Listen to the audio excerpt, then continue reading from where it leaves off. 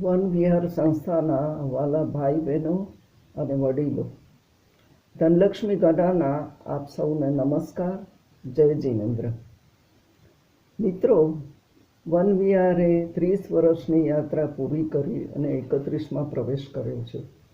આ 30 વર્ષો દરમિયાન આપ સૌના સાથ સહકારને લીધે આપણે ઘણી બધી પ્રવૃત્તિઓ પણ કરી શક્યા છીએ. એમાંની કેટલીક તરફ જરા દ્રષ્ટિપાત કરીએ. શરૂઆતથી કરીને વન વિહારે ગીત, સંગીત, રાસ, ગરબા, ડાયરા, નાટકો વગેરેની મહેફિલો માણી છે. કવિતાઓ, લગ્ન ગીતો, અંતાક્ષરી અને સ્તવનોની હરીફાઈ પણ યોજી છે. વેશભૂષાની હરીફાઈઓ પણ યોજી છે. તે સાથે કેટલાય નિષ્ણાત ડૉક્ટરોના પ્રવચનો, સ્લાઇડ શો અને મેડિકલ ચેકઅપ પણ સભ્યોના થયા છે. સાથે સાથે આધ્યાત્મિક પ્રવચનો પણ આપણે સૌએ સાંભળ્યા છે. યોગા, વિપશ્યના, પ્રેક્ષાધ્યાન વગેરેની શિબિરો પણ ગોઠવાઈ છે. એટલું જ નહીં, દેશ વિદેશના પ્રવાસો, પર્યટનો, પિકનિક્સ તથા તીર્થયાત્રાઓ પણ આપણે યોજી છે. ભાવતા ભોજન ખાધા છે, ચટપટી વાનગીઓ પણ ખાધી છે અને આનંદ મંગળ કર્યો છે. આમ 30 વર્ષો તો ક્યાં પસાર થઈ ગયા તેની ખબર નથી પડી. કહેવાય છે કે સુખ પછી દુઃખ અને તડકા પછી છાયડા સર્વને જોવા જ પડે છે. છેલ્લા લગભગ 11-12 મહિનાથી કોવિડના કેરને લીધે આખા વિશ્વમાં ચિંતા અને ભયનું વાતાવરણ પ્રસરી ગયું છે. આ તંગદિલીમાં લોકો હસવાનું તો સાવ ભૂલી જ ગયા છે. કહેવાય છે કે હાસ્ય એ ટેન્શન દૂર કરવાનો સેફટી વાલ્વ છે. આપણે પણ એ ટેન્શન અને ચિંતા દૂર કરવા માટે થોડું હસી લઈએ અને આપણને હસાવવા માટે કોમેડી ક્વીન સાવિત્રી કોચર આપણે માટે આવ્યા છે. આપણા વન વિહારના આમંત્રણને માન આપીને તેઓ સુંદર મજાનો પ્રોગ્રામ આપણી સામે રજૂ કરવાના છે. સાવિત્રીજી કોચરનો પરિચય આપતા મને ગૌરવ અને ખૂબ જ આનંદ થાય છે. તો કે સાવિત્રીજી આપણા માટે નવા નથી. 2 વખત એમણે પહેલાં પણ આપણે માટે કોમેડી શો અને ગેમ શો કર્યા જ છે. છતાં એમનો પરિચય આપતા હું ખરેખર ગૌરવ અને આનંદ માણું છું. સાવિત્રીજીએ BScનો અભ્યાસ મધ્યપ્રદેશમાં કર્યો છે. ત્યારબાદ લગ્ન કરીને તેઓ મુંબઈ આવ્યા. MA અને LLBનો અભ્યાસ કર્યો. એટલું જ નહીં, એમાં ગોલ્ડ મેડલ પણ હાંસલ કર્યો. ત્યારબાદ તેઓએ બોમ્બે સ્કોટિશ સ્કૂલમાં ટીચર તરીકે અને MD કોલેજ પરેલમાં હિન્દીના પ્રાધ્યાપક તરીકે સરસ મજાની ડ્યુટી બજાવી. ઓસવાલ જગત પત્રિકા એમાં એમણે વર્ષો સુધી સંપાદન કર્યું. એટલું જ નહીં, એમના લેખો અને કવિતાઓ અનેક સમાજપત્રોમાં અને પત્રિકાઓમાં આજ દિવસ સુધી છપાય છે. સાવિત્રીજીએ 1000થી પણ વધારે કોમેડી શોઝ કર્યા છે, ગેમ શોઝ કર્યા છે, હાસ્ય કવિ સંમેલનો કર્યા છે, મંચ સંચાલન કર્યું છે અને ગીત સંગીત સંધ્યાઓ પણ કરી છે.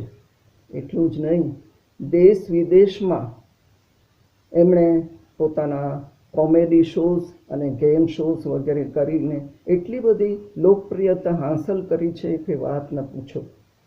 જેવા કે બેંકોક, પટાયા, શારજહાં એમાં એમના નામના ડંકા વાગે છે. સાવિત્રીજીએ ટીવી પર challenge shows, comedy challenge shows જે કહેવાય છે એમાં ભાગ લઈ અને ઘણા બધા ઇનામો અને એવોર્ડ્સ પણ મેળવ્યા છે. જુદી જુદી સામાજિક સંસ્થાઓમાં અને ધાર્મિક સંસ્થાઓમાં એમને પ્રવચન માટે પણ બોલાવાય છે. સાવિત્રીજીએ હમણાં કોવિડના કારણે યુટ્યુબ પોતાની પર્સનલ શરૂ કરી છે, ચેલેન્જ શો શરૂ કર્યા છે અને કોમેડી શોઝ એટલા બધા વિવિધ વિષયો ઉપર કર્યા છે કે સાંભળીને આપણને ખરેખર પેટ પકડીને હસવાનું મન થાય છે. સાવિત્રીનો પરિચય હજી પણ ઘણો બધો આપવા જેવો છે, ઘણું બધું બોલવા જેવું છે, કારણ કે આવી બહુમુખી પ્રતિભા ખરેખર ખૂબ જ ઓછી દેખાય છે. સમયની પાબંદી છે માટે હવે હું મારું વક્તવ્ય પૂરું કરું છું. પણ સાવિત્રીજી, હું એક પ્રશ્ન આપને પૂછીશ. अंग्रेजी में एक कहावत है कि behind every successful man there is a woman. आपकी सफलता के लिए आप किसको यश देती हैं, किसको क्रेडिट देती हैं? तो आइए पधारिए सावित्री जी, वन विहार तरफ से आपका स्वागत कर रही हूँ और एडवांस में मैं आपका शुक्रिया पण मान लेती हूँ. Thank you. सादर जय जिनेन्द्र, नमस्कार. आइए वन विहार द्वारा आयोजित आज के इस हास्य हंगामा कार्यक्रम में मैं सावित्री कोचर आप सभी सदस्यों का हार्दिक स्वागत करती हूँ, अभिनंदन करती हूँ, अभिवादन करती हूँ. जैसे कि मेरी परंपरा है, किसी भी कार्यक्रम का शुभारंभ मैं नवकार मंत्र से करती हूँ. तो पहले नवकार मंत्र. ओम नमो अरिहंताणम, ओम नमो श्री सिद्धाणम, ओम नमो आयरियाणम, ओम नमो उवजायाणम, नमो लोए सब साहुणम, ऐसो पंच नमोकारो, सौव पावपणासनो, मंगलाणं च सौवेसिं, पडममः वै मंगलम्, पडममः वै मंगलम्. भगवान महावीर स्वामी के श्री चरणों में अपने श्रद्धा सुमन अर्पित करती हूँ. बोलिए जिन शासन देव की जय. बहुत अच्छा लग रहा है आप सबके बीच. आज डिजिटल युग है, ऑनलाइन हम लोग मिलते हैं. वो आनंद ही कहाँ रहा कि हम एक दूसरे के साथ रूबरू मिले, बात करें, आंखों में आंखें डालकर हम एक दूसरे के मनोभावों को पढ़ें. लेकिन कोई बात नहीं, जैसी भी स्थिति होती है वही हमारे लिए बहुत बढ़िया है. धनलक्ष्मी बहन ने बहुत अच्छा मेरा परिचय दिया. मैं मन में सोच रही थी कि काश मेरे पति भी सुनते तो कितना खुश होते कि वाह वाह मेरी पत्नी कितनी पहुंची हुई है. पर प्रॉब्लम यह है कि पति सुनते ही नहीं है. अच्छा, धनलक्ष्मी बहन ने मुझसे कहा कि देखिए हर आदमी की सफलता के पीछे एक औरत होती है, तो आपकी सफलता के पीछे कौन है? भाई मेरी सफलता के पीछे मेरे पति हैं, उन्हीं की वजह से मैं बोलना सीख गई. अब आप पूछेंगे कैसे? अरे भाई वो कुछ सुनते ही नहीं है तो मुझे बाहर जाकर बोलना पड़ता है. तो फिर मेरी सफलता के पीछे तो मेरे पति का ही हाथ है ना. और कहते हैं कि आदमी की सफलता के पीछे एक स्त्री का हाथ होता है, ये बात तो सच है। पर अगर दो स्त्रियों का हाथ हो ना, तो उस पति की कहानी सावधान इंडिया में आ जाती है। अब यानी धनलक्ष्मी बेन ने जो मेरा परिचय दिया, गुजराती में दिया, मुझे लगता है बहुत अच्छा दिया है। अब मैं तो गुजराती ज्यादा समझती नहीं, लेकिन धनलक्ष्मी बेन खुद बहुत अच्छी साहित्यकार हैं। इतनी पुस्तकें इन्होंने लिखी, कि इतने नाटक प्रसिद्ध हुए, तो मुझे पूरी खातरी है कि उन्होंने मेरा परिचय बहुत बढ़िया दिया होगा। और जब उन्होंने गुजराती में कहा तो मुझे एक छोटी सी बात याद आ गई। एक बार हमारे घर पर एक कोई प्रोग्राम अरेंज करने के लिए आए थे एक सज्जन, और मुझसे बात कर रहे थे और ऐसा हाथ रखा, बोले सावित्री जी તમારા प्रोग्राम रखवाना छे, कितना पैसा लगेगा? मैंने कहा काका प्रोग्राम करने तो ऐसे आप हाथ क्यों रख कर बोल रहे हैं? बोले नहीं नहीं, તમારા હિન્દીમાં ઉપર લાઈન હોય ને એટલે હિન્દીમાં બોલું છું। कैसे अपना मतलब निकाल लेते हैं, देखिए। और एक और बात, हम लोग प्रोग्राम करने बहुत जगह जाते रहते हैं, तो एक जगह भाईदास हॉल पार्ला में मेरा प्रोग्राम था, याद आया, तो वहां मेरी एक फ्रेंड मिल गई। मैं आपको बताऊं कि मुझे बिल्कुल पता नहीं था कि उनके हस्बैंड का नाम नवीन भाई है। मैंने जस्ट ऐसे ही पूछ लिया, सुबेन नवीन मां शू छे? सुबेन नवीन मां शू छे? तो उसने तुरंत कहा, नवीन मां काई नथी, बद्धुं ज पती गयुं। बद्धुं ज पती गयुं। ये होता है भाषा का सौंदर्य। अब दो औरतें आपस में बात कर रही है, बेन मारा पति तो देवता छे, मारा पति तो देवता छे। तो दूसरी बोली, तू भाग्यशाली छे, मारा तो हजी जीवता छे, मारा तो हजी जीवता छे। दो पुरुष बात कर रहे हैं, मारी पत्नी देवी छे, तो दूसरा बोला, देवी तो मारी पण छे, पण कोई लेतो ज नहीं। कहीं से भी निकल आता है। लेकिन एक बात निश्चित है मित्रों, गुजराती लोगों की भाषा में बड़ी मिठास होती है। इतना विपुल साहित्य गुजराती में लिखा गया है कि कई बार हम लोग अपने हास्य के लिए गुजराती लेखकों को पढ़ते हैं। तो गुजराती भाषा में बड़ी मिठास। एक छोटा सा उदाहरण आपको बताती हूँ। एक गुजराती व्यक्ति थे, वो अहमदाबाद जा रहे थे, तो बॉम्बे सेंट्रल पहुंचे, वहां से सौराष्ट्र मेल में उनकी कंफर्म टिकट थी, वो आकर अपनी सीट पर बैठ गए।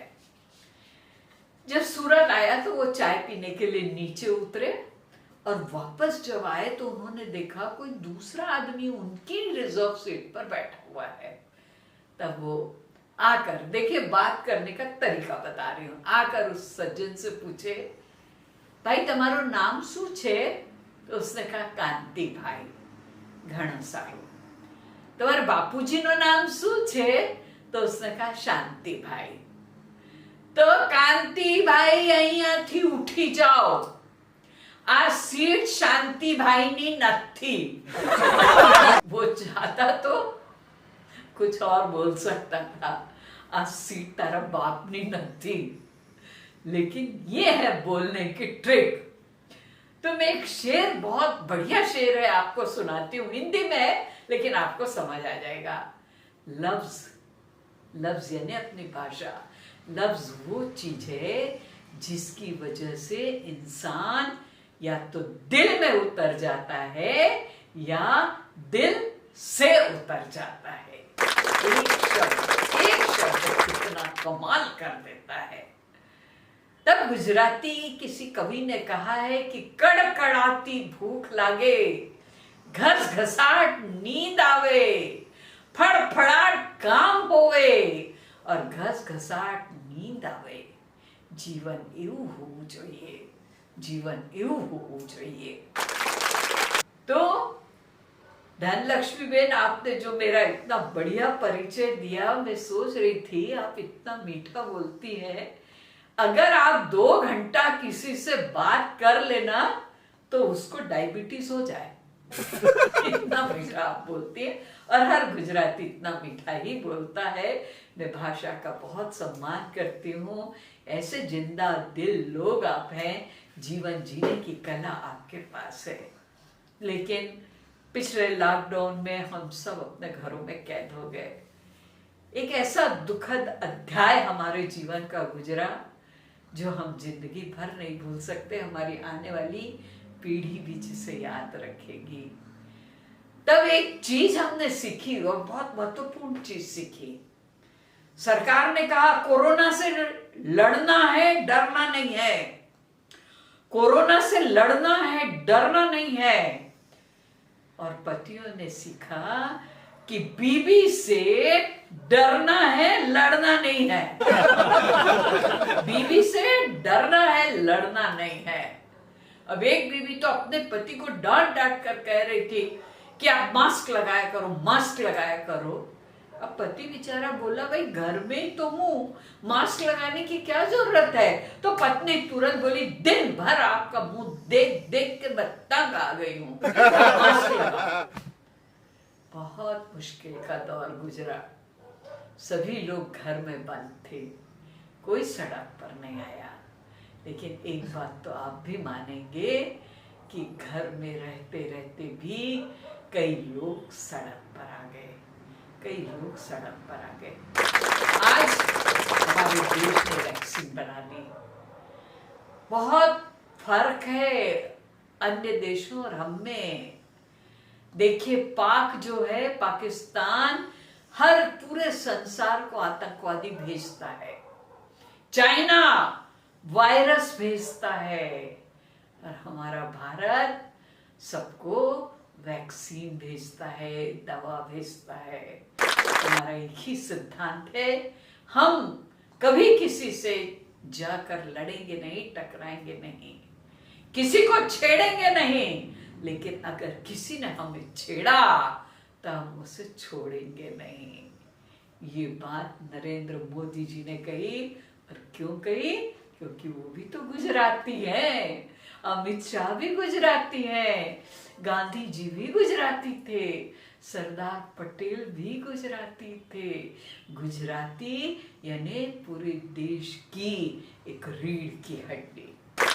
ऐसे कठिन दौर से जब हम निकले तब हम ईश्वर से क्या चाहते हैं, कुछ पंक्तियों में सुनिए कि मुस्कुराती जिंदगानी चाहिए।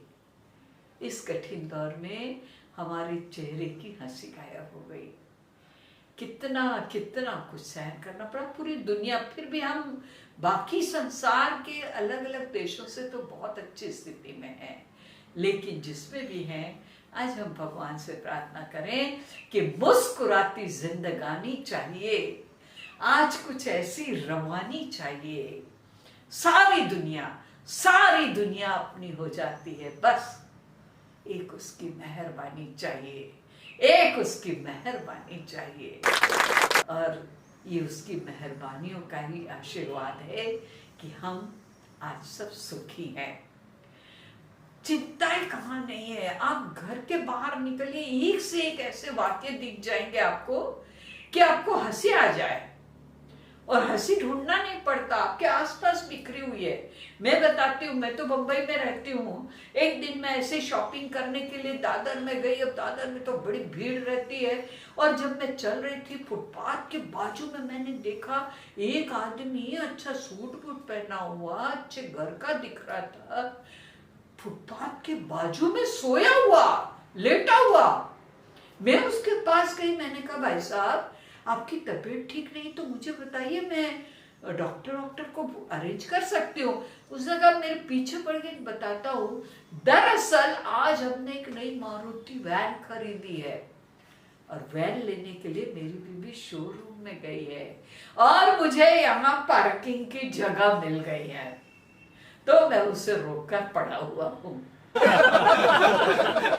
अब सोचिए कहाँ परेशानी नहीं है। एक लड़का 18-20 साल का रहा होगा, एक लड़का सीढ़ी पर बैठकर रो रहा था। मुझे दया आई, मैंने कहा क्या हुआ बेटे? तो बोले कि ये टैटू खुदवाया है। अरे टैटू खुदवाया है, इतना दर्द होता है, जब तुम्हें मालूम था तो क्यों लगवाया टैटू? बोले नहीं, दर्द के लिए नहीं रो रहा हूं, दरअसल स्पेलिंग गलत हो गई। मैंने कहा क्या स्पेलिंग गलत हो गई? बोले कैटरीना लिखाने गया था, कुतरीना लिख दिया। ऐसी कहा नहीं।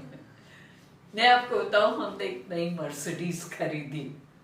हालांकि आप सोच रहे होंगे कवियत्री और मर्सिडीज, अरे भाई कभी कभी झूठ भी बोलना अच्छा लगता है। तो मैं मर्सिडीज खरीदने के लिए गई, तो उसकी डिलीवरी मुझे लेनी थी। शोरूम में मैं जाकर मैंने सारा पेमेंट किया, 5 रुपए, सिर्फ 5 रुपए कम पड़ गए। तो मैंने उनसे, जो वहाँ प्रोप्राइटर थे, उनसे कहा भैया 5 रुपए कम पड़ गए, छोड़ दो। बोले नहीं मैडम, हम लोग की सब एंट्री हो गई है इसमें कंप्यूटर में, और वो 5 रुपए का लोचा होगा तो हमें सुनना पड़ेगा आगे, आपको तो रुपए पूरे देने ही पड़ेंगे। तो मैंने कहा ठीक है। मैं बाहर आई, बाहर आकर मैं 5 रुपए के जुगाड़ के फिराक में थी कि मुझे जी भाई दिख गए। मैंने कहा 5 रुपए मिलेंगे क्या? उन्होंने कहा क्यों, क्या काम है? तो मैंने कहा नहीं, मर्सिडीज खरीदनी थी। तो उन्होंने 10 रुपए दिए। देखिए कितने उदार हृदय, उन्होंने 10 रुपए दिए और कहा एक मेरे लिए भी खरीद लेना। चलिए आगे बढ़ते हैं। तो मैं चिंता की बात कर रही थी। देखिए जीवन में बहुत चिंताएं हैं, बहुत चिंताएं हैं। मैं आपको बताऊं चिता और चिंता में क्या अंतर होता है। चिता हम जिसको कहते हैं वो मुर्दों को जलाती है। चिता हम जिसको कहते हैं वो मुर्दों को जलाती है। बड़ी है इसलिए चिंता, क्योंकि वो जिंदों को जलाती है, क्योंकि वो जिंदों को जलाती है। पर चिंता पालना हमारे खून में है। हम लोग शांत बैठ ही नहीं सकते।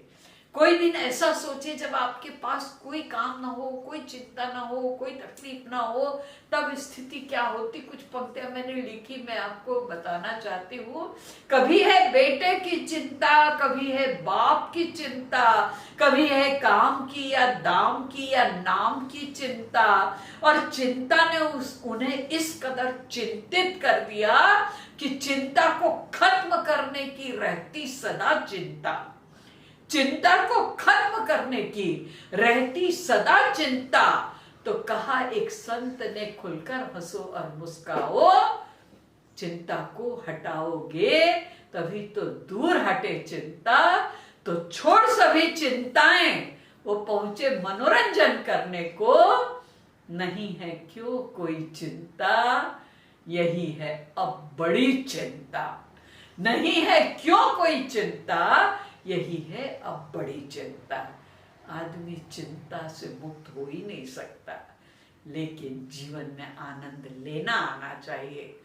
खुशी ढूंढते रहिए, आपको जरूर मिलेगी। मैं हमेशा कहा करती हूँ कि जो जोर जोर से नाचे, जो जोर जोर से नाचे वो जोकर नहीं होता। जो जोर जोर से नाचे वो जोकर नहीं होता। जो जोर जोर से चिल्लाए वो हॉकर नहीं होता। मजा जो लेना जानता है बस उसी को मिलता है। मजा किसी के बाप का नौकर नहीं होता। मजा किसी के बाप का नौकर नहीं होता। आप जीवन में आनंद लेना चाहेंगे, आपके पास आनंद पहुंचेगा, आपको आनंद मिलेगा। और आनंद प्राप्त करने के लिए अपनी सोच को हमेशा सकारात्मक रखिए, हमेशा पॉजिटिव रखिए।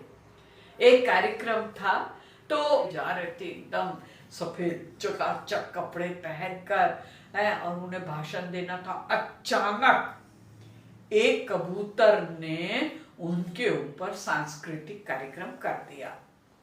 अब मूड ऑफ, अरे मैं चीफ गेस्ट हूं, मुझे भाषण देना है, और ये कबूतर ने मेरे कपड़े खराब कर दिया, अब क्या होगा।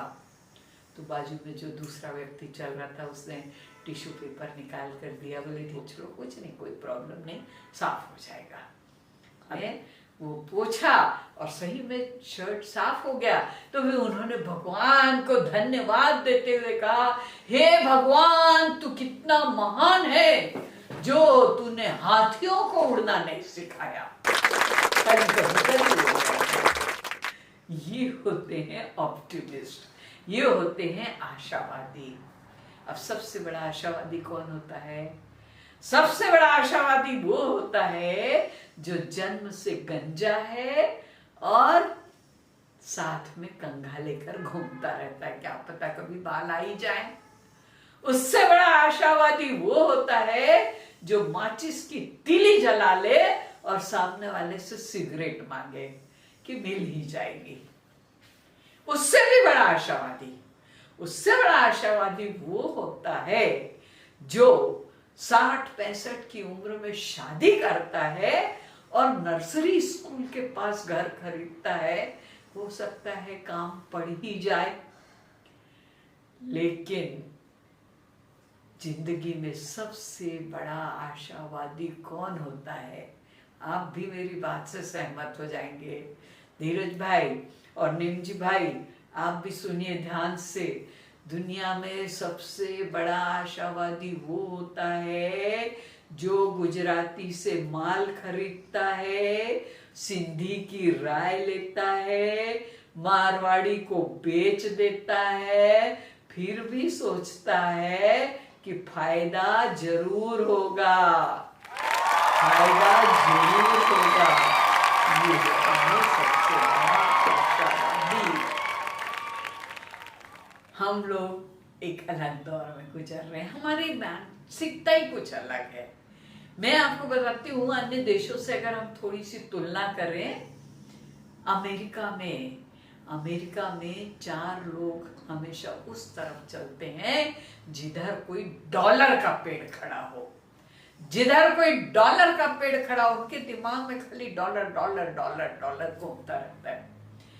अमेरिकन एक साथ उस ओर चलते हैं जिधर डॉलर का कोई पेड़ खड़ा हो। 4 जापानीज एक साथ उस ओर चलते हैं जब राष्ट्र पर कोई संकट पड़ा हो। उनमें देश प्रेम की भावना कुट कुट कर भरी रहती है। 4 जापानीज एक साथ तब चलते हैं जब राष्ट्र पर कोई संकट पड़ा हो, लेकिन 4 भारतीय एक साथ तभी चलते हैं जब 4 के कंधों पर 5वां पड़ा हो। जब 4 के कंधों पर 5वां पड़ा हो। इन सभी भावों से हमें ऊपर उठकर आना चाहिए। चलिए, आज हास्य हंगामा में मैंने ऐसा विषय लिया है जो महिलाएं बेचारी बोल नहीं सकती, तो मैं सभी महिलाओं की ओर से आज आपको ये बताना चाहती हूँ कि पति दुनिया का 8वां आश्चर्य कैसे है। पति दुनिया का 8वां आश्चर्य। अब कहते हैं पति रोमांटिक होता है। रोमांटिक काहे का रोमांटिक?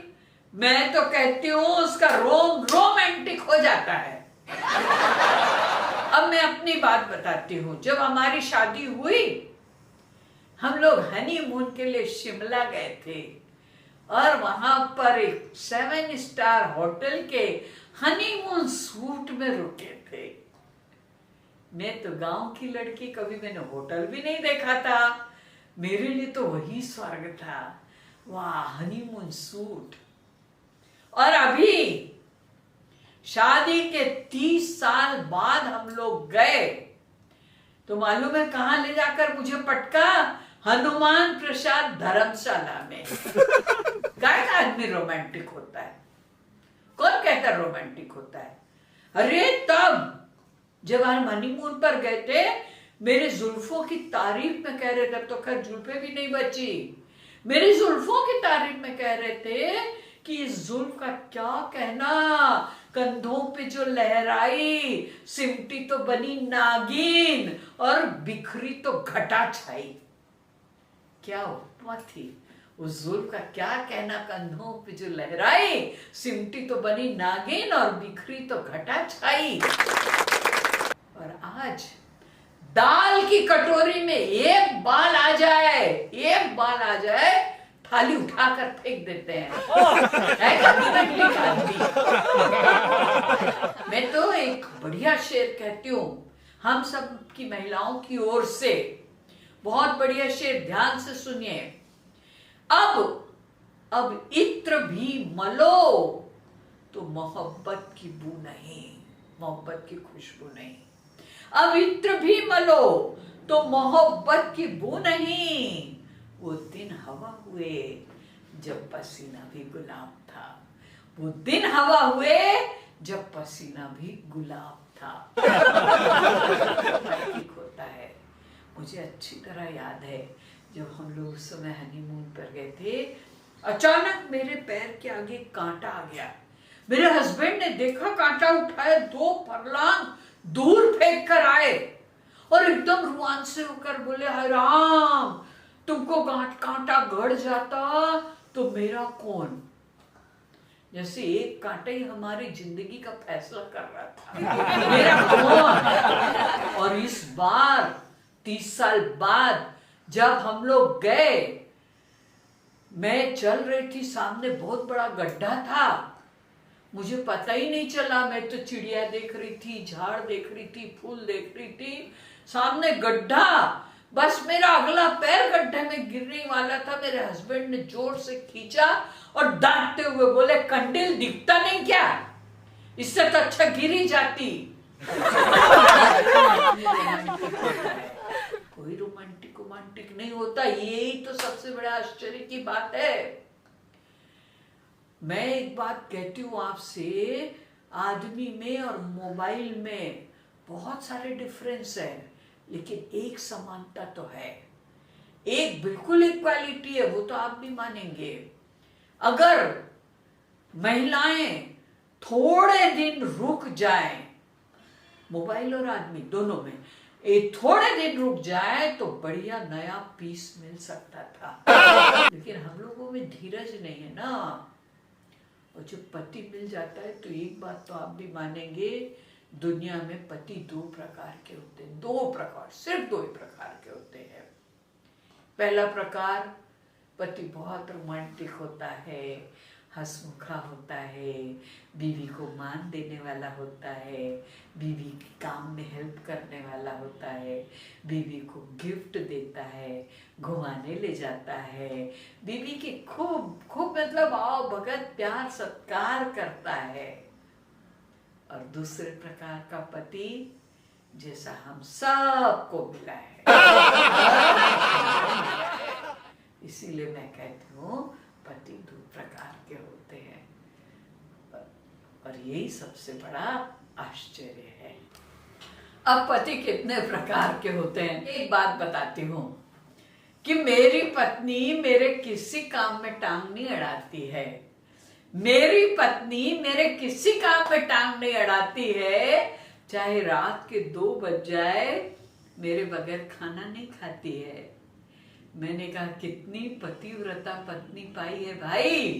तो बोले आपको क्या मालूम, आपको क्या मालूम इन बीवियों से कैसे निभाना पड़ता है। अरे खाना तो मुझे ही बनाना पड़ता है, खाना तो मुझे ही बनाना पड़ता है। कितना झूठ है ना ये पति। इसीलिए तो मैं कहती हूँ कि दुनिया के 8वें आश्चर्य है। चलो अब मैं एक आपको सीक्वेंस बताती हूँ, देखिए कहाँ से शुरू होता है 50 साल तक की यात्रा। पहले लड़का लड़की मिलते हैं, अब लड़की एकदम रोमांटिक हो जाती है, तब लड़के को बोलती है मेरे लड्डू, मेरे सोनू, मेरे बच्चे, मेरे बेटू। इतना बोलती है कि बेचारा लड़का समझ ही नहीं पाता कि अडॉप्ट कर रही है कि प्रपोज कर रही है। यार अंधा होता है, बिल्कुल अंधा होता है। अब शादी हो जाती है, लेकिन शादी से पहले लड़का इतना बेचैन हो जाता है, बार बार लड़की को लिख कर भेजेगा, तेरी याद में खा खा कर मैं इतना मोटा हो गया कि पहले मैं ग्लास था, अब लोटा हो गया। और अगर दुबला हो जाए तो हुआ कमजोर मैं इतना सनम तेरी जुदाई से, हुआ कमजोर मैं इतना सनम तेरी जुदाई से कि चींटी खींच ले जाती है मुझको चारपाई से। ऐसी ऐसी बातें करते हैं बच्चे। फिर हो जाती शादी। अब शादी के बाद आप 2-3 साल तक के हाल देखिए।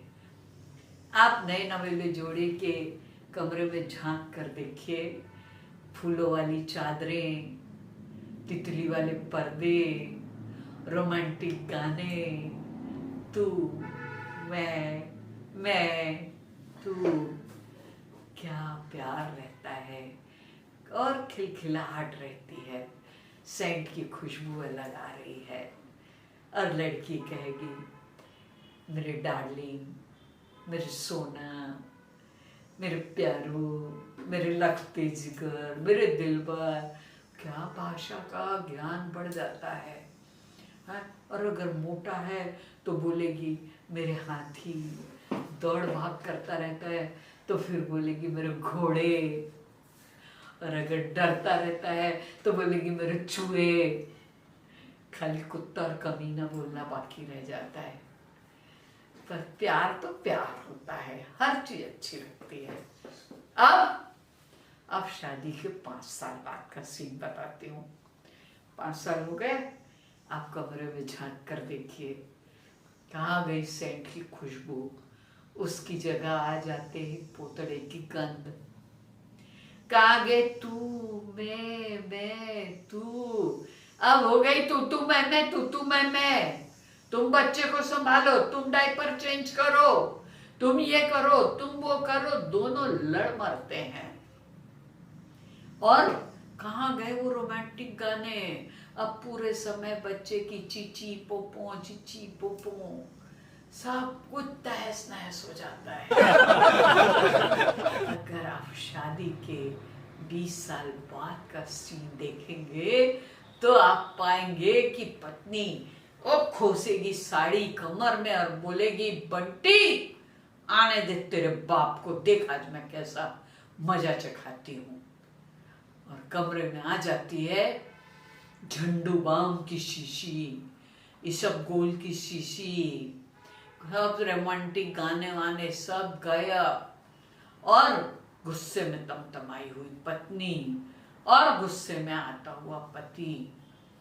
मुझे याद आता है एक पति तो बेचारा निर्मल बाबा के पास पहुंच गया। बाबा जी बहुत दुखी हूँ बाबा जी, मेरी पत्नी मेरा ध्यान नहीं रखती बाबा जी, समझ नहीं आता मैं क्या करूं। बाबा ने कहा तूने कभी अपनी पत्नी की बनाई हुई रसोई की तारीफ की, उसके बनाए हुए खाने की तारीफ की? नहीं बाबा जी कभी नहीं की। हाँ तो बेटा जा तारीफ कर, वहीं अटकी हुई है कृपा। अब बेचारा मन मार कर घर आया, मन में तो था नहीं लेकिन तारीफ तो कर नहीं था। तो फिर जैसी पत्नी ने आलू के पराठे परोसे तो पति बोला आहा इतने अच्छे आलू के पराठे, जिंदगी में मैंने कभी ऐसे पराठे नहीं खाए, मन करता है बनाने वाली का हाथ चूम लूं, उसे बाहों में भर लूं। क्या पराठे हैं, मैं तो बिल्कुल स्वर्ग में पहुंच गया हूँ। पत्नी सुनी सुनी सुनी, फिर एक घूंसा लगाई पति के पीठ पर, बोले मुआ 20 साल से तेरे को खिला रही हूं, कभी मुंह से एक शब्द नहीं फूटा, और आज पड़ोसन पराठे क्या देकर गई, इतनी तारीफ कर रहा है। पति कभी सुधरेगा नहीं, ये मैं जानती हूं। अब शादी के 50 साल बाद आप कमरे में झांक कर देखिए, भजन कीर्तन की सीडी, भजन कीर्तन की सीडी और तीर्थ यात्रा के टिकट, दांतों का एक ही सेट, कान की मशीन। वाह क्या परिवर्तन आता है। ये है 50 सालों का सफर। और आपको एक आश्चर्य की बात बताती हूँ, एक बुजुर्ग दंपत्ति 80 साल और 85 साल की उम्र, पत्नी 80 साल की, दोनों कोर्ट पहुंच गए। क्यों? क्योंकि दोनों तलाक लेना चाहते थे। अब पति तो फिर भी नहीं चाहता था, लेकिन पत्नी बोली मैं तो तलाक लेकर रहूंगी। वकील ने समझाया, जज ने समझाया, अब तलाक क्यों ले रहे हो? जिंदगी बची कितनी? पत्नी तमक गई, बोले आपको पता है क्या मैं कितना जीऊंगी? 100 साल जीऊंगी मैं, पर मुझे तलाक चाहिए। बोला कि माता जी आप तलाक क्यों लेना चाहती है? अरे क्यों नहीं लूं? सारा दिन चिल्लाते हैं, मुझे डांटते हैं, और जब मैं बोलना चाहती हूं तो मशीन लगाकर टेबल पर रख देते हैं, एक शब्द सुनते नहीं है, मुझे तलाक चाहिए। ये होती जीवन की कुछ घटनाएं जो कहीं ना कहीं में सोचने के लिए मजबूर कर देती हैं। और एक शादी की बात आपको बताती हूँ। विवाह समारोह में क्या हुआ कि मदहोश थे सितारे, मदहोश थे सितारे, मौसम था आशिकाना। दुल्हा दुल्हन थे लौटे होटल से खा के खाना, दुल्हा दुल्हन थे लौटे होटल से खा के खाना। शादी नई नई थी, रोमांस था पुराना, और दुल्हा मचल रहा था सुनने को फिल्मी गाना। दुल्हा मचल रहा था सुनने को फिल्मी गाना। तो बोला दुल्हन से प्रिय छेड़ो कोई तराना। तो हाथों में हाथ लेकर कहना सजन का माना, और छेड़ा गजब तराना कि भैया मोरे राखी के बंधन को निभाना, भैया मोरे राखी के बंधन को निभाना। तो ये विवाह वगैरह में आदमी का दिमाग काम नहीं करता है। और एक छोटी सी बात आपको बताती हूँ। देखिए, शादी के बाद हर महिला चंद्रमुखी होती है, 5 साल बाद वो सूरजमुखी हो जाती है, और बाकी की पूरी जिंदगी ज्वालामुखी रहती है। शादी के बाद पति जो है वो प्राणनाथ नजर आता है, उसके बाद नाथ नजर आता है, और फिर जीवन भर बेचारा अनाथ नजर आता है। एक छोटी सी चीज आपने गौर की होगी, शादी के कार्ड जब रहते तो दूल्हा दुल्हन का नाम लिखा होता है, दूल्हे के नाम के आगे चिरंजीव की जगह सिर्फ ची लिखा होता है, और दुल्हन के नाम के आगे सौभाग्यवती की जगह सिर्फ 100 लिखा होता है, सिर्फ 100, ची और 100। अब आप सोचिए ऐसा क्यों? अरे भाई चिरंजीव लिखा दो, उसके कोई तो ज्यादा पैसे थोड़े लग रहे हैं छपाई के, सौभाग्यवती लिखा दो, लेकिन नहीं, इसका एक अर्थ है। ची यानी शादी होते ही आदमी की ची बोल जाती है, और 100 यानी शादी के बाद पत्नी 100 के बराबर होती है। 100-150 लोगों को लेकर दुल्हन को लेने जाता है, और दुल्हन दुर्गा माई अकेले चली आती है, और उसके घर में ऐसा घुसती है कि दुनिया का कोई दूसरा आदमी उस घर में घुस नहीं सकता, ऐसा अड्डा जमा लेती है। पहले 7 फेरे होते थे, आजकल शॉर्टकट में 4 ही फेरे हो रहे हैं। मैंने पंडित जी से पूछा, पंडित जी पहले 7 होते थे, आज 4 फेरे करवा रहे हैं। उन्होंने कहा अरे टिकनी होगी ना तो एक ही फेरे में टिक जाएगी, 4 भी बहुत है। समय बदला, विचार बदले, और किसी ने पूछा पंडित जी वाइफ को किस साइड बैठना है, दुल्हन को किस साइड बैठना है? बोले बेटा कहीं भी बैठा दे, बाद में तो सिर पर ही बैठेगी। तो शादी पर भी ऐसे ऐसे किस्से होते हैं जो जीवन में हास्य पैदा कर देते हैं। अब एक पुलिस की मैं आपको बात बताना चाहती हूँ। देखिए पुलिस भी तो बेचारा हस्बैंड होता ही है ना, अपने घर में तो वो भी पति होता है। तो एक वाकया हो गया कि पति देव ने थाने में रिपोर्ट लिखाई। कोई व्यक्ति आया थाने में और पुलिस के पास उसने रिपोर्ट लिखाई। पति देव ने थाने में रिपोर्ट लिखाई कि हुजूर, मेरी पत्नी करती है मेरी पिटाई, मेरी पत्नी करती है मेरी पिटाई, दूसरों का गुस्सा मुझ पर उतारती है और कभी कभी तो बेलन भी दे मारती है, कभी कभी तो बेलन भी दे मारती है। तो थानेदार ने अपना मुंह खोला, मुस्कुरा कर बोला, कब से है आपका ये हाल, कब से है आपका ये हाल? उसने कहा, हुजूर क्या बताऊं, हो गए पूरे 3 साल।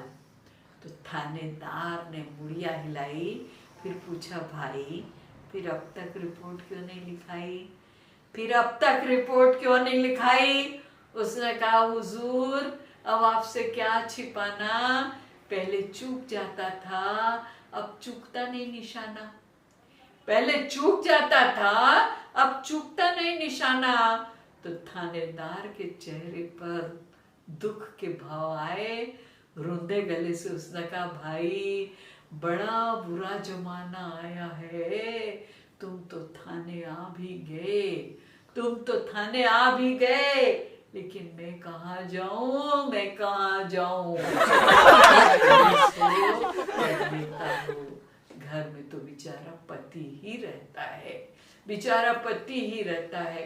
पर एक बात तो आप भी मानेंगे, मुझे एक बहुत अच्छी मुझे पंक्तियां याद आ गई, बाद में मैं भूल जाऊंगी, जरूर बोल दूं। मैं अभी 2-3 दिन पहले डॉक्टर से मिलने के लिए गई थी, हॉस्पिटल में किसी मरीज को देखने गई थी। तो एक कार्डियोलॉजिस्ट के केबिन के बाहर बोर्ड लगा हुआ था जिस पर बहुत अच्छी लाइनें लिखी थी, आप भी ध्यान से सुनिए। उसमें लिखा था, अगर हंस बोलकर दिल खोल लिया होता अपने यारों के साथ, तो आज खोलना नहीं पड़ता औजारों के साथ, खोलना नहीं पड़ता। इंसान यदि हंसता रहे, मुस्कुराता रहे, अच्छी सोच रखे, तो जीवन बहुत खुशहाल हो सकता है। आप किसी भी कार्डियोलॉजिस्ट से जाकर पूछिए, वो कहेगा आदमी का हृदय बड़ा होता है, औरत का हृदय छोटा होता है। अब ये बात मैं आपको सिद्ध करके बताती हूँ। मान लो ट्रेन के भीड़ भरे डिब्बे में एक लड़का और एक लड़की, दोनों को पास सीट मिली, पास सीट मिली, दोनों एकदम थके मांदे।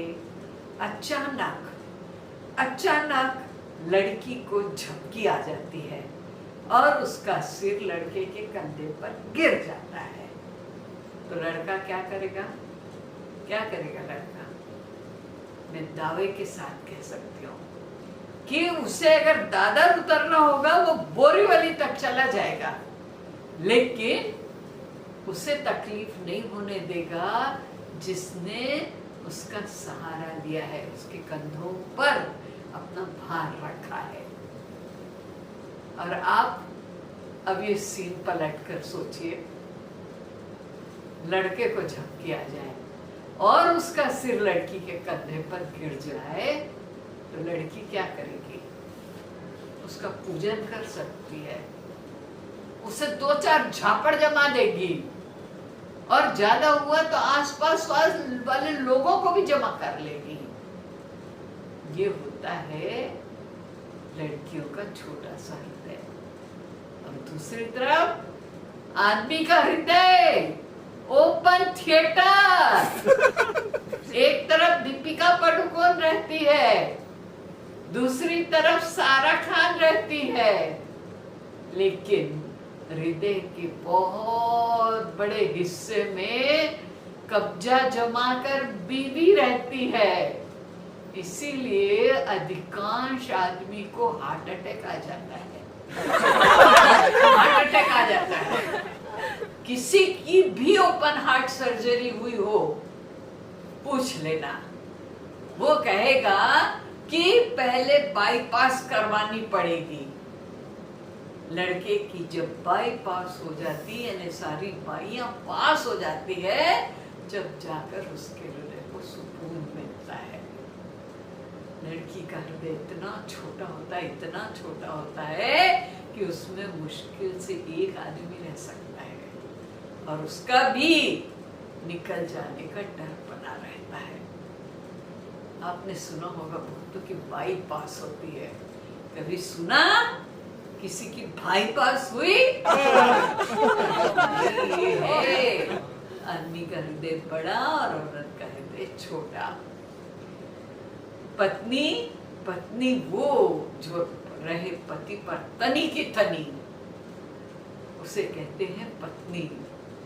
बजरंगी हो या बाहुबली, बजरंगी हो या बाहुबली, औरत के सामने सब गाजर मूली, सब गाजर मूली। एक शादी के अंदर मैंने देखा, दूल्हे के दोस्त उससे समझा रहे थे, यार देख तेरा ससुर बड़ा कंजूस है, बड़ा कंजूस है, तुझे जो चीज चाहिए तो उससे बड़ी चीज मांगना, तब तुझे छोटी चीज मिलेगी। जैसे जैसे अगर तुझे साइकिल चाहिए तो स्कूटर मांगना, तो तुझे साइकिल मिलेगी। स्कूटर चाहिए तो कार मांगना, तब तुझे स्कूटर मिलेगी। समझ गया? लड़का बोला समझ गया, समझ गया। लड़की की माँ को मांगूंगा तब कहीं जाकर मुझे लड़की मिलेगी। ऐसे लड़के होते रहते हैं।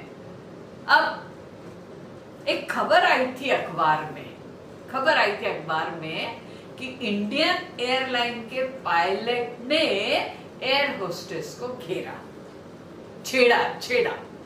इंडियन एयरलाइन के पायलट ने एयर होस्टेस को छेड़ा। भाई ने जाकर पायलट को घेरा, बोले पैसेंजर हम हैं, पैसेंजर हम हैं और सुविधाओं का लाभ आप उठाएंगे। आप ही बताइए, सुविधाएं लेने हम कहाँ जाएंगे? सुविधाएं लेने हम कहाँ जाएंगे? बहुत अच्छा लगता है जब महिलाओं को मान सम्मान और उचित स्थान दिया जाता है, लेकिन महिला भी तो घर में पत्नी ही होती है। अब अपने पति से कहा, देखिए जी क्या अजीब बात है, ये एक इत्तेफाक है, मेरे पास बॉर्डर तो है पर साड़ी नहीं है, हॉर्न तो है पर गाड़ी नहीं है। बात बिल्कुल भी झूठी नहीं है, बात बिल्कुल भी झूठी नहीं है, देख लीजिए ना, उंगली तो है पर अंगूठी नहीं है। तो पति ने कहा, जी हम भी ऐसे वैसे नहीं है, हमारे भी पास जेब तो है पर पैसे नहीं है, जेब तो है पर पैसे नहीं है। ये होती है पति पत्नी की छोटी छोटी बातें। लेकिन अब उनकी बात बताते, देखो ये बड़े किफायत से खर्च करने वाले, किफायत यानी सोच समझ कर। अगर 10 रुपए में काम होता है तो क्यों 20 खर्च करना, और अगर 20 में काम होता है तो क्यों 50 खर्च करना। इसको बोलते किफायती आदमी। तो एक वर्ड आता है किफायत शमार, यानी किफायत से खर्च करने वाला। अब ये बात आपको बता रही हूँ कि ये नौजवान, अभी हालांकि नौजवान नहीं है, लेकिन उस समय की बात, ये नौजवान इतना किफायत शमार था, देखिए किस सलीके से पैसे बचा गया। शादी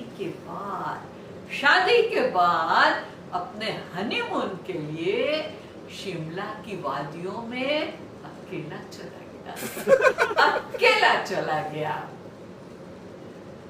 कहने लगे अब क्या है, वो जगह तो उसने देखी हुई है, डबल जाने का क्या फायदा और क्यों खर्च करना। ये होती है समझदारी। जिस संस्था में इतने अच्छे ट्रेजरर होते हैं, खजांची होते हैं, वो संस्था का भविष्य हमेशा उज्जवल होता है, हमेशा उज्जवल होता है।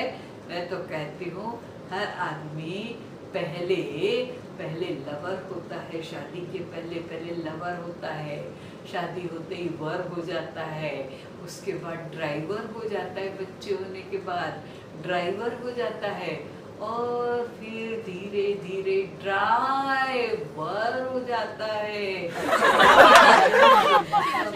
ड्राइवर हो जाता है। मुंबईकर बहुत हेल्पफुल रहते हैं, बहुत अच्छे। आपको एक छोटा सा वाक्य बताती हूँ। चलिए अब पति रामायण को छोड़ते हैं, कुछ अलग बात करते हैं। अब मैं बोल रही थी मुंबईकर बहुत हेल्पफुल होते हैं। मेरे हस्बैंड चार्टर्ड अकाउंटेंट हैं और उनका ऑफिस जो है वो नरीमन पॉइंट में। एक दिन जयपुर से उनके कोई क्लाइंट आए, बातचीत हुई और उनको 4 बजे की फ्लाइट पकड़नी थी। बातचीत खाते पीते करीब 1 बज गए। अब नरीमन पॉइंट से सांता क्रूज पहुंचना, और वो भी टैक्सी से, हो सकता है ट्रैफिक जाम मिले या कुछ भी ऐसा सब प्रॉब्लम हो सकती थी। तो वो एकदम घबरा गए। तो मेरे हस्बैंड से बोले कि अब मैं क्या करूं, और आजकल तो एयरपोर्ट भी कम से कम 1-1.5 घंटा पहले पहुंचना होता है, तो करूं क्या। तो मेरे हस्बैंड ने उसे एक रास्ता बताया। बोले देखो, टैक्सी गाड़ी के चक्कर में तो पड़ो मत, ऐसा करो आप है ना ट्रेन से निकल जाओ, लोकल ट्रेन से, बहुत फास्ट चलती है, और फास्ट ट्रेन पकड़ना है और आप आधे घंटे के अंदर पहुंच जाओगे। उनको बात जमी, वो चर्च के स्टेशन गए और उन्होंने फास्ट ट्रेन पकड़ने की कोशिश की। लेकिन मेरे हस्बैंड ने एक बात और समझा दी थी कि कभी कभी क्या होता है कि फास्ट ट्रेन सीधा अंधेरी जाती, लेकिन सांता क्रूज में कभी स्लो हो जाती है। अगर स्लो हो गई या रुक गई, आपके पास सामान तो है नहीं, आप अपना सूटकेस लेकर नीचे कूद जाना, तो सांता क्रूज से सीधा आप एयरपोर्ट पहुंच जाओगे। उन्होंने कहा ठीक है। अब उन्होंने फास्ट ट्रेन पकड़ी और संयोग देखिए, जैसे ही सांता क्रूज आया और ट्रेन लगभग रुक गई, एक समझो आधा मिनट के लिए ट्रेन लगभग रुक गई। अब तो वो तो अलर्ट थे ही, अपना सूटकेस लिया और नीचे कूदे। और उनको पता था कि कूदने के बाद ट्रेन की साइड से ही भागना है, उल्टी साइड भागे तो सीधे मुंह के बल गिरेंगे। तो वो सूटकेस लेकर उतरे और जिधर ट्रेन जा रही थी उधर ही भागने लगे। लोगों ने देखा, अरे राम, इनकी ट्रेन छूट गई, बेचारे भाग रहे हैं। तो नीचे वाले लोगों ने उन्हें पकड़कर ऊपर किया और अंदर वाले लोगों ने जो डब्बे में बैठे थे उन्हें खींच कर अंदर ले लिया। ये होते मुंबई का, जो बड़े हेल्पफुल होते हैं। और कभी कभी तो ऐसा वाक्य हो जाता है, आपको बताती हूँ। हम लोग दुबई गए थे जब प्रोग्राम करने के लिए, तो वहां पर हम लोग होटल में रुके हुए थे। ऊपर हमारे रहने के कमरे, नीचे भोजन की व्यवस्था थी। तो जैसे ही करीब 1-1.5 बजे होंगे, हम सब लोग लंच लेने के लिए नीचे आए। भूख काफी लगी हुई थी और नीचे आकर हमने देखा कि होटल में 2 केबिन बने हुए थे। एक में लिखा था वेजिटेरियन फूड, दूसरे में लिखा था नॉन वेज फूड। तो सबने कहा भाई वेजिटेरियन ही खाते हैं, हम तो नॉन वेज खाते नहीं। तो वेजिटेरियन वाले केबिन के अंदर गए तो वहां फिर 2 केबिन बने हुए थे। एक में लिखा था कैश और दूसरे में लिखा था क्रेडिट, यानी उधार और नगद। अब आप जानते हैं कि आम भारतीय को अगर उधार की सुविधा मिल जाए तो नगद में कौन खाए। तो हम लोग उधार वाले केबिन के अंदर जैसे ही गए कि दूसरे तरफ की सड़क पर बाहर आ गए। तो इसे वाकई जीवन में देखिए, ये खुशियां लाते हैं, कहीं ना कहीं आपको प्रफुल्लित कर देते हैं। और एक मुझे घटना याद आ गई। जब हम लोग बैंकॉक गए थे प्रोग्राम करने के लिए, तो ऐसे ऑर्गेनाइजर्स के साथ में मीटिंग हो रही थी। वेटर आया और वेटर ने मुझे देखकर कहा, सवादी खाओ। मैंने सोचा कि भाई होटल है, नाम पूछ रहा होगा। मैंने कहा सावित्री कोचर। वो चला गया। तो जो हमारे ऑर्गेनाइजर थे बोले, री सावित्री जी, ये आपका नाम नहीं पूछ रहा है, ये आपको यहाँ की लैंग्वेज में नमस्ते कर रहा है। तो मैंने वो शब्द रट लिया। मैंने कहा कल जब ये आएगा मैं इससे सवादी कब बोलूंगी, इसे कितनी खुशी होगी कि मैं उसकी भाषा सीख गई। खैर दूसरे दिन जैसे ही वो आया, मैंने दूर से ही देखकर कहा सवादी कब, तो उसने कहा सावित्री कोचा। वो मेरी भाषा सीख गया। तो ये छोटे छोटे वाक्य जीवन में आनंद बिखेरते हैं। अब एक बात मैं आपको कहना चाहती हूँ। देखिए नेमजी भाई बैठे हैं, जयंती भाई, रमेश भाई, खिमजी भाई, सभी लोग, हमारे धनलक्ष्मी जी बैठी है। मुझे दो पंक्तियां किसी कवि की लिखी हुई याद आती हैं।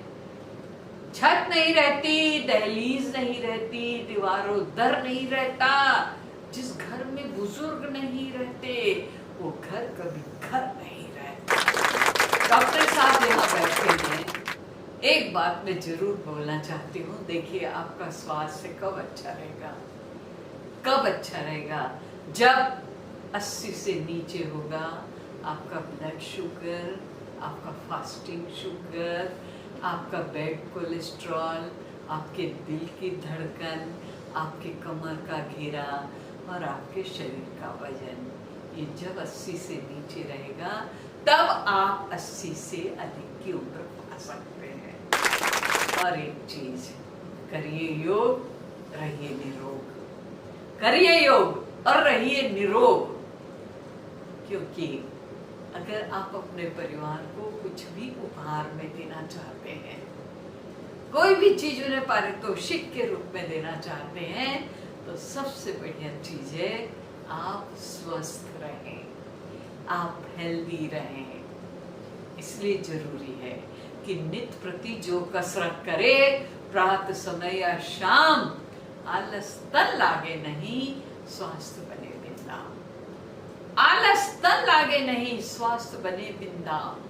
तेल न खाएं पर उसे मलिए सर्व शरीर, काया सुंदर होएगी बन जाओगे वीर। सुबह शाम कसरत करो, जो चाहो सुख चैन, बिन कसरत नहीं तन बने, ये अनुभव के बैन। बिन कसरत नहीं तन बने, ये अनुभव के बैन। अब एक बात आपसे कहना चाहती हूँ, देखिए हमें जीवन मिला है, हमें चलना ही है। जब तक चलते रहेंगे तभी तक हम चलते रहेंगे। जिस दिन बैठ गए उस दिन खत्म, किस्सा ही खत्म हो जाएगा। तब हमें निर्णय ये लेना है कि हम मैदान में चलें या डॉक्टर के पीछे चलें। अगर हम मैदान में चलेंगे तो अकेले हरियाली देखते हुए, ठंडी हवा के झोंकों के अंदर खुशी खुशी से चलते रहेंगे, हमें किसी सहारे की जरूरत नहीं है। लेकिन अगर हम डॉक्टर के पीछे चलेंगे तो हमारे पीछे हमारा पूरा परिवार चलेगा, लेकर चलेगा, हमें गालियां दे देकर चलेगा, सब लोग परेशान होंगे। तो एक चीज आपको ध्यान रखनी है कि आप डॉक्टर के पीछे दौड़ना चाहते हैं या मैदान में दौड़ना चाहते हैं। दो पंक्तियां पूरे आज के मेरे इस कार्यक्रम का सार मैं कहना चाहती हूँ।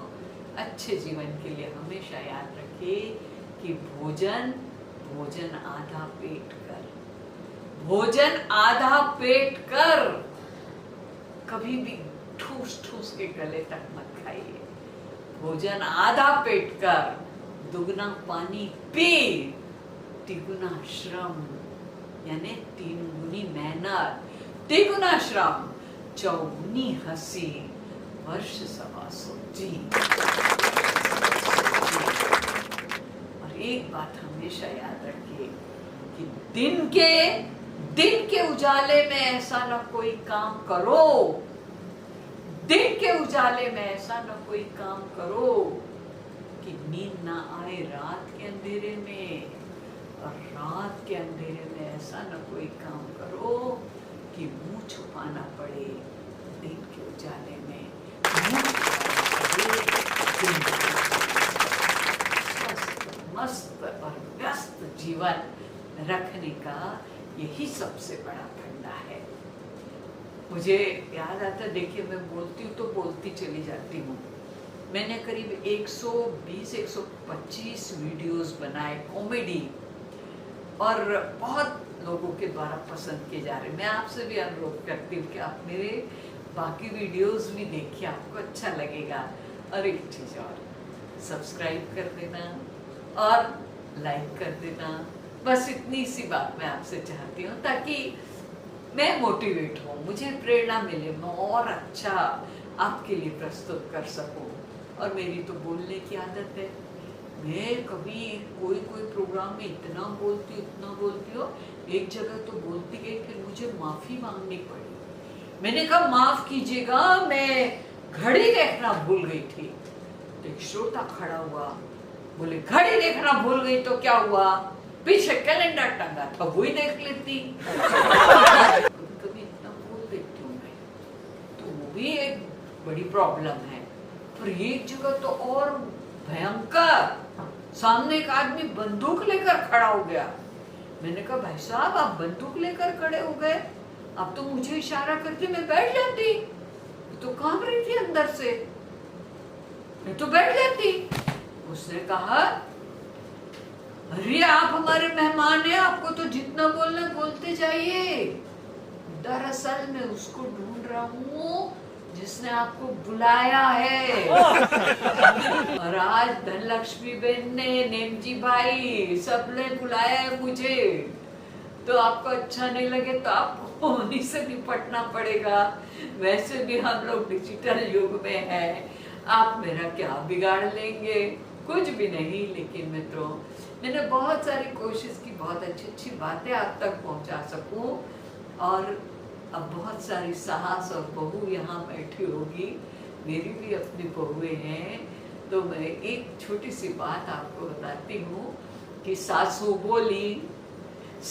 बोली सुन बहू रानी, बिटिया का तार आया मेरा, उसकी सासू मर गई, अब वो रानी बन जाएगी।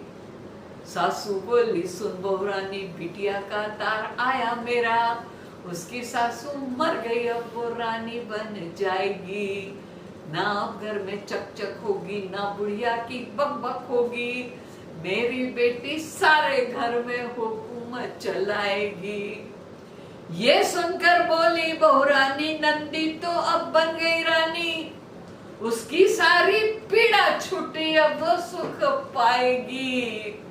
पर सासू जी इतना कह दो, पर सासू जी इतना कह दो, कब मेरी किस्मत चमकेगी, ये खुशहाली मेरे घर में किस दिन आएगी, ये खुशहाली मेरे घर में किस दिन आएगी। और देखिए, घर में छोटे छोटे बच्चे होते हैं, कभी कभी वो छुप छुप कर बात सुन लेते हैं। अब बच्चा अपनी दादी से बोल रहा है, दादी से बोल रहा है, मुन्ने ने रट लगा दी, बार बार कहे दादी, तोते की रट टे बोलकर बताओ, तोते की तरह टे बोलकर बताओ। अब दादी भी अड़ गई, पीछे ही पड़ गई, बोली क्यों बोलूं ये बताओ, क्यों बोलूं ये बताओ। तो मुन्ने राज खोला और मुस्कुरा कर बोला, कल रात मैं जब झूठ मूठ को सो रहा था, तब मम्मी ने पापा से कहा था कि बुढ़िया जब टे बोलेगी तो हमें खूब सारे रुपए मिलेंगे, बुढ़िया जब टे बोलेगी हमें खूब सारे रुपए मिलेंगे, फिर हम ये घर बेच के दूसरा घर ले लेंगे। ये सुनकर बुढ़िया ने रोक लिया रोना, और बच्चा जिद कर रहा था, दादी टे बोल दो ना, दादी टे बोल दो ना। जरूरत है। मुझे तो याद आता है एक बच्चा अपने दादा से कैसे बात करता। दादाजी की आदत होती है, अपने जमाने की बात बताते रहते हैं। बोले बेटा हमारे जमाने में हम लोग सिर्फ 15-20 रुपए लेकर बाजार जाते थे और थैला भर के सामान ले आते थे, थैला भर के। बच्चा बोला दादू अब ऐसी तिकड़म नहीं चलती, अब हर दुकान में सीसीटीवी कैमरे लगे हुए हैं। दुकान में सीसीटीवी कैमरे लगे हुए हैं। लेकिन एक बात तो आप भी मानेंगे मित्रों कि आज हमारे बच्चों के संस्कार कितने अलग हो गए।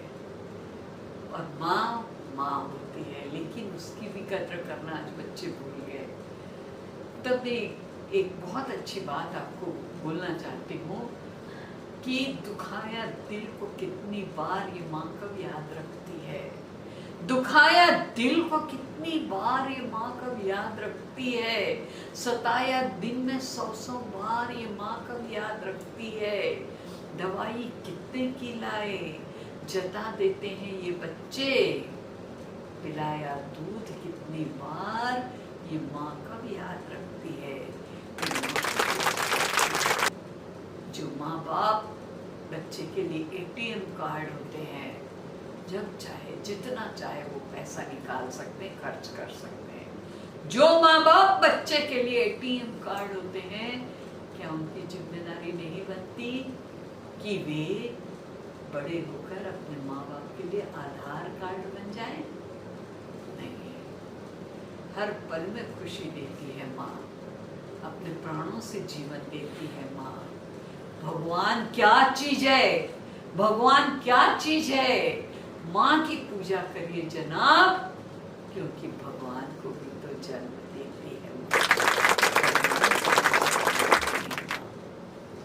मैंने ये पंक्तियां एक कार्यक्रम में सुनाई थी तो सामने एक लड़का बैठा था, उसे जोश आ गया, जाकर घर में बोला माँ मैं तेरे दूध का कर्ज चुका दूंगा, माँ मैं तेरे दूध का कर्ज चुका दूंगा। माँ ने कहा बेटे पहले दूध वाले का तो चुका।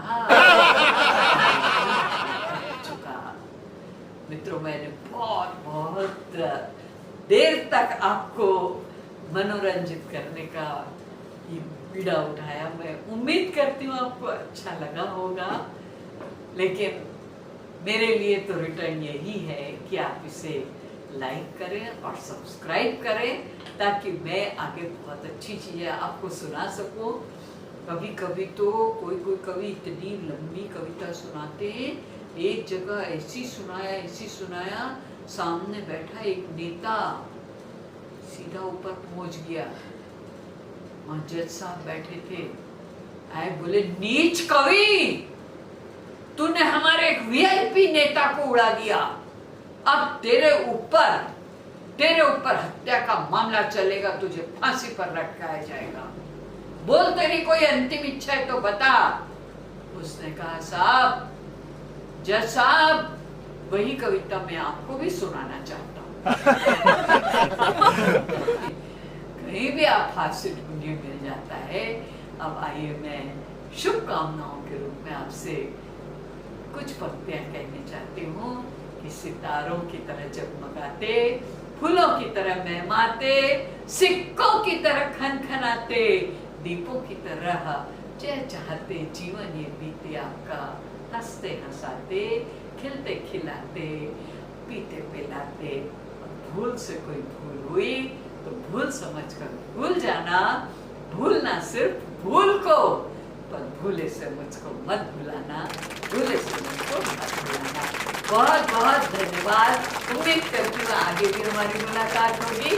प्लीज प्लीज प्लीज सब्सक्राइब कर दीजिए और लाइक कर दीजिए। नमस्कार।